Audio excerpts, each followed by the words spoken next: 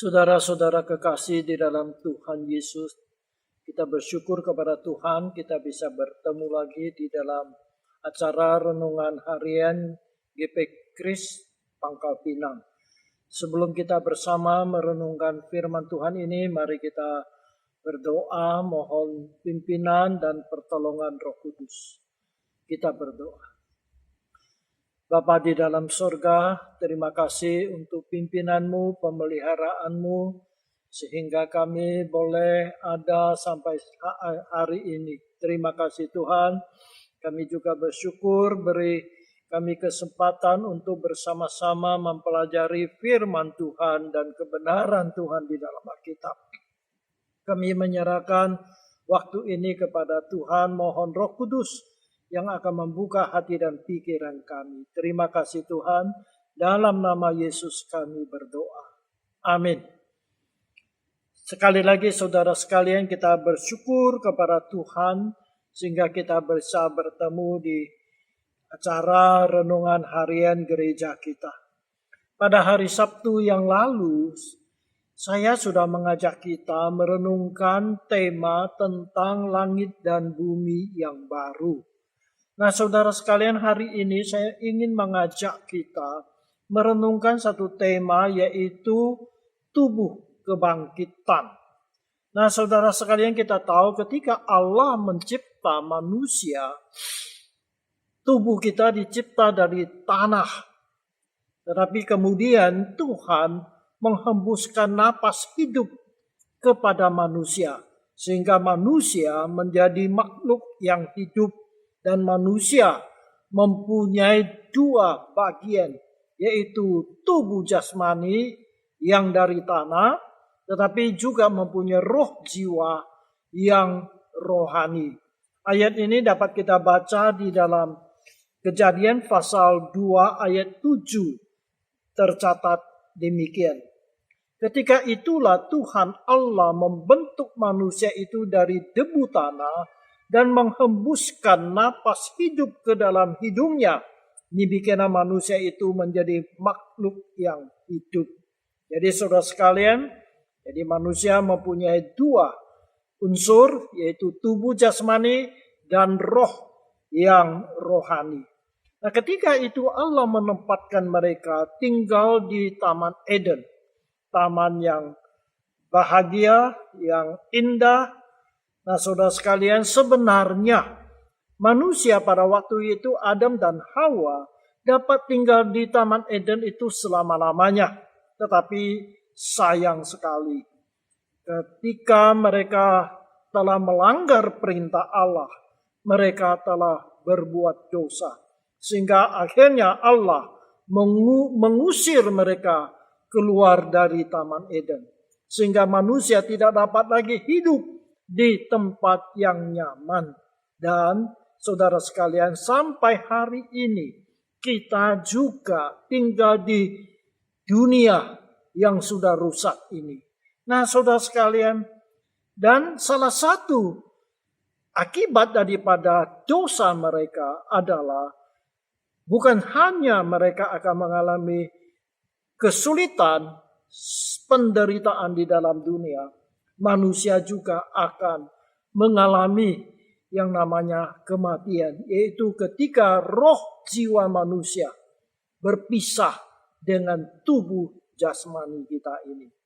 Jadi saudara sekalian, manusia akan mengalami namanya kematian. Ada satu pertanyaan, sesudah manusia mati, apa yang terjadi dengan roh jiwanya? Kita tahu bahwa manusia kalau mati, tubuhnya dicipta dari tanah akan kembali menjadi tanah. Tetapi rohnya itu kemana akan pergi? Nah, di dalam Injil Lukas pasal 16 ayat 19 sampai 31, di situ Tuhan Yesus menceritakan satu peristiwa, yaitu tentang orang kaya dan Lazarus. Dalam cerita itu beritahukan kepada kita, setelah Lazarus dan orang kaya itu meninggal, roh mereka itu tetap ada. Dan Di situ beritahukan kepada kita, manusia kalau meninggal, dia akan pergi ke dua tempat. Yaitu orang beriman diterima oleh Tuhan di tempat yang bahagia. Yaitu Taman Firdaus dikatakan. Tetapi orang yang tidak beriman, yang melanggar perintah Allah, mereka itu akan dihukum di dalam alam maut. Seperti yang diceritakan oleh Tuhan Yesus orang kaya itu. Nah saudara sekalian, jadi manusia kalau sudah meninggal, rohnya itu akan pergi dua tempat. Yang beriman ke tempat yang bahagia, orang yang tidak beriman akan mengalami sengsara. Tetapi saudara sekalian, tempat tersebut bukanlah selama-lamanya. Itu hanya sementara saja. Sampai kapan? Sampai Tuhan Yesus datang kedua kalinya. Nah saudara sekalian, ketika Tuhan Yesus datang kedua kalinya, dunia yang kita tinggal ini akan dimusnahkan. Seperti yang sudah saya sampaikan pada hari Sabtu yang lalu. Dan Tuhan akan menciptakan satu langit dan bumi yang baru. Nah saudara sekalian, pada hari ini saya ingin mengajak saudara melihat apa yang terjadi ketika Tuhan Yesus datang kedua kalinya. Ketika Allah memusnahkan dunia ini dengan api itu. Nah saudara sekalian, di dalam ayat Alkitab memberitahukan kepada kita bahwa kita akan dibangkitkan. Baik orang yang sudah mati pun kita orang yang masih hidup. Nah saudara sekalian, dalam hal ini saya akan bacakan ayat Alkitab yang memberitahukan kebenaran ini kepada kita. Yaitu di 1 Tesalonika pasal 4 ayat 13 sampai 18. Saya bacakan. Selanjutnya kami tidak mau saudara-saudara bahwa kamu tidak mengetahui tentang mereka yang meninggal, supaya kamu jangan berduka cita seperti orang-orang lain yang tidak mempunyai pengharapan. 14. Karena jikalau kita percaya bahwa Yesus telah mati dan telah bangkit, maka kita percaya juga bahwa mereka yang telah meninggal dalam Yesus akan dikumpulkan Allah bersama-sama dengan Dia. Ini kami katakan kepadamu dengan firman Tuhan. Kita yang hidup, yang masih tinggal sampai kedatangan Tuhan, sekali-kali tidak akan mendahului mereka yang telah meninggal. Sebab pada waktu tanda diberi, yaitu pada waktu penghulu malaikat berseru dan sangkakala Allah berbunyi, maka Tuhan sendiri akan turun dari sorga, dan mereka yang mati dalam Kristus akan lebih dahulu bangkit. Sesudah itu, kita yang hidup, yang masih tinggal akan diangkat bersama-sama dengan mereka dalam awan menyongsong Tuhan di angkasa. Demikianlah kita akan selama-lamanya bersama-sama dengan Tuhan.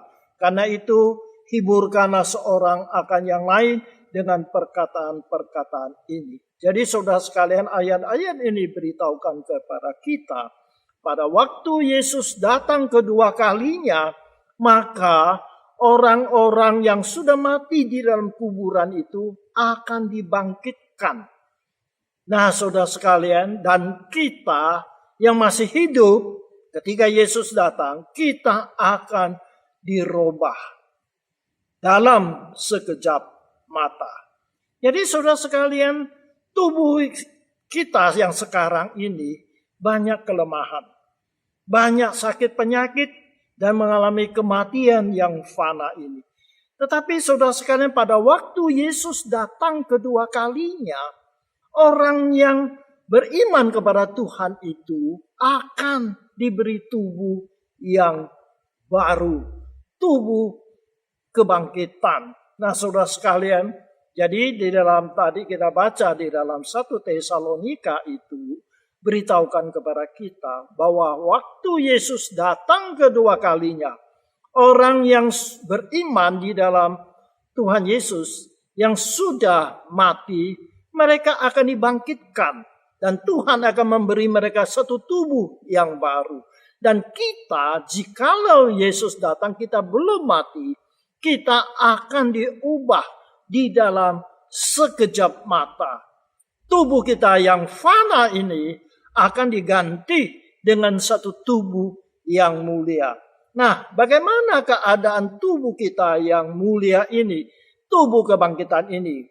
Rasul Paulus di dalam 1 Korintus pasal 15 ayat 35, kemudian ayat 50 sampai 54 itu memberi penjelasan demikian. Saya akan bacakan. 1 Korintus pasal 15 ayat 35, kemudian ayat 50 sampai 54. Ini tentang tubuh kebangkitan yang akan Tuhan berikan kepada kita. Demikian firman Tuhan. Tetapi mungkin ada orang bertanya, bagaimanakah orang mati dibangkitkan? Dan dengan tubuh apakah mereka akan datang kembali? Ayat 50. Saudara-saudara, inilah yang hendak kukatakan kepadamu, yaitu bahwa daging dan darah tidak mendapat bagian dalam kerajaan Allah. Dan bahwa yang binasa tidak mendapat bagian dalam apa yang tidak binasa. Sesungguhnya aku menyatakan kepadamu suatu rahasia. Kita tidak akan mati semuanya, tetapi kita semuanya akan diubah. Ayat 52. Tetapi dalam sekejap mata, pada waktu bunyi nafiri yang terakhir, sebab nafiri akan berbunyi dan orang-orang mati akan dibangkitkan dalam keadaan yang tidak dapat binasa. Dan kita semua akan diubah. Ayat 53. Karena yang dapat binasa ini harus mengenakan yang tidak dapat binasa. Dan yang dapat mati ini harus mengenakan yang tidak dapat mati. Dan sesudah yang dapat binasa ini mengenakan yang tidak dapat binasa. Dan yang dapat mati ini mengenakan yang tidak dapat mati. Maka akan genaplah firman Tuhan yang tertulis. Maut telah ditelan dalam kemenangan. Jadi saudara sekalian, pada waktu Yesus datang kedua kalinya, kita akan diberi tubuh yang baru. Orang yang sudah mati dalam kuburan akan dibangkitkan. Tuhan beri mereka tubuh yang baru. Dan kita yang masih hidup, seandainya Yesus datang kita belum mati, kita akan dirubah. Kita diberi tubuh yang mulia. Nah, saudara sekalian, perubahan kita pada waktu itu bukanlah perlahan-lahan sedikit demi sedikit berubah. Tidak. Di dalam ayat Alkitab, di dalam pasal 15 tadi, 52, di situ dikatakan dalam sekejap mata. Tubuh kita yang fana ini dalam sekejap mata akan dirubah menjadi tubuh yang mulia. Nah, saudara sekalian, kita bersyukur kepada Tuhan. Hari ini kita masih hidup di dalam dunia, banyak menderita karena tubuh kita ini sudah rusak karena dosa. Tetapi saudara sekalian, tidak apa. Pada waktu Yesus datang kedua kalinya, kita akan diberi tubuh yang baru. Satu hal yang penting lagi, saudara sekalian. Ketika langit dan bumi ini dilenyapkan dan Tuhan menciptakan langit dan bumi yang baru dan kita ditempatkan di tempat tersebut, maka kita tidak hanya mempunyai roh jiwa, tetapi kita akan diberi tubuh yang sudah dibangkitkan. Nah, saudara sekalian, jadi orang yang selamat ini, yang nanti akan menempati langit dan bumi yang baru itu, bukanlah hanya roh jiwanya saja, tetapi akan diberi tubuh yang baru. Tubuh seperti tubuhnya Tuhan Yesus. Nah, saudara sekalian, ini memang ada satu hal yang sangat penting bagi kita. Kita tahu ketika Tuhan Yesus datang ke dalam dunia telah menjadi manusia. Dan dengan tubuhnya itu dia mati di kayu salib. Tetapi pada hari yang ketika dia bangkit kembali. Dan dia mempunyai tubuh yang kebangkitan. Nah, saudara sekalian, di dalam Kisah Rasul kita baca ketika Tuhan Yesus kembali ke sorga. Dia diangkat di depan mata atau disaksikan oleh murid-muridnya. Dan ingat saudara sekalian, Alkitab mengatakan dia membawa tubuhnya kembali ke surga. Saudara sekalian, ini memang satu hal yang luar biasa. Yesus kembali ke surga, dia membawa tubuhnya. Dan saudara sekalian, kita nanti akan diberi tubuh yang sama seperti tubuhnya Tuhan Yesus. Di dalam Alkitab ada ayat yang memberitahukan kita akan kebenaran ini, yaitu di Filipi pasal 3 ayat 20 dan 21. Filipi pasal 3 ayat 20 sampai 21. Demikian. Karena kewargaan kita adalah di dalam sorga. Dan dari situ juga kita menantikan Tuhan Yesus Kristus sebagai juru selamat. Ayat 21. Yang akan mengubah tubuh kita yang hina ini sehingga serupa dengan tubuhnya yang mulia. Menurut kuasanya yang dapat menaklukkan segala sesuatu kepada dirinya. Coba perhatikan saudara sekalian. Tubuh kita yang hina ini akan diubah serupa dengan tubuhnya Tuhan Yesus yang mulia. Jadi saudara sekalian, nanti di langit dan bumi yang baru ketika Tuhan Yesus datang kedua kalinya, kita bukanlah tanpa tubuh, tetapi diberi tubuh yang seperti punya Tuhan Yesus Kristus. Jadi saudara sekalian, kita bersyukur kepada Tuhan. Walaupun hari ini kita masih tinggal di dunia ini, kita masih dikungkung oleh tubuh kita yang sudah tercemar oleh dosa ini, maka kita hidup dalam dunia ini banyak menderita. Sakit, penyakit, kelemahan, dan sebagainya yang masih bisa berbuat dosa. Tetapi saudara sekalian, ketika Yesus datang kembali kedua kalinya, kita akan diberi tubuh yang baru. Oleh sebab itu saudara sekalian, hari ini saudara dan saya masih sangat-sangat riskan dengan virus corona atau virus COVID ini saudara sekalian. Kita sangat-sangat hati-hati karena virus ini begitu jahat yang akan merenggut jiwa kita saudara sekalian. Yang akan merusak tubuh kita yang jasmani. Tetapi nanti saudara dan saya akan diberi tubuh yang baru, tubuh kebangkitan, yang tidak takut lagi akan virus corona ini. Mungkin di antara saudara sekalian hari ini juga banyak mengeluh karena kelemahan-kelemahan tubuh jasmani ini. Ya, saudara sekalian, terutama mereka yang sudah berumur seperti saya ini, tentu banyak kelemahan-kelemahan tubuh, banyak penyakit yang mengganggu kita. Kapan kita bisa bebas dari ini? Apakah kita akan minum banyak obat dan sebagainya? Tidak, saudara sekalian. Ketika Yesus datang kembali kedua kali, kita akan diberi tubuh yang baru. Tubuh kebangkitan, tubuh yang mulia, sepertinya tubuh Tuhan Yesus. Puji Tuhan, oleh sebab itu mari kita kuatkan iman kita. Kalau pada saat ini kita masih banyak kelemahan-kelemahan, tapi tidak apa. Satu hari kita akan bebas. Kita akan hidup di langit dan bumi yang baru. Seperti Adam dan Hawa sebelum mereka berbuat dosa. Di taman yang bahagia. Amin. Mari kita berdoa. Terima kasih Tuhan. Engkau telah mencipta kami manusia. Ada tubuh jasmani, tetapi juga ada roh jiwa yang kekal. Engkau tahu ya Tuhan, karena dosa tubuh kami ini telah tercemar. Banyak sakit penyakit yang mengganggu kami. Tetapi kami bersyukur pada hari Tuhan Yesus datang kedua kalinya. Ketika Engkau bawa kami masuk ke langit dan bumi yang baru, kami akan diberi tubuh yang baru. Satu tubuh yang kebangkitan.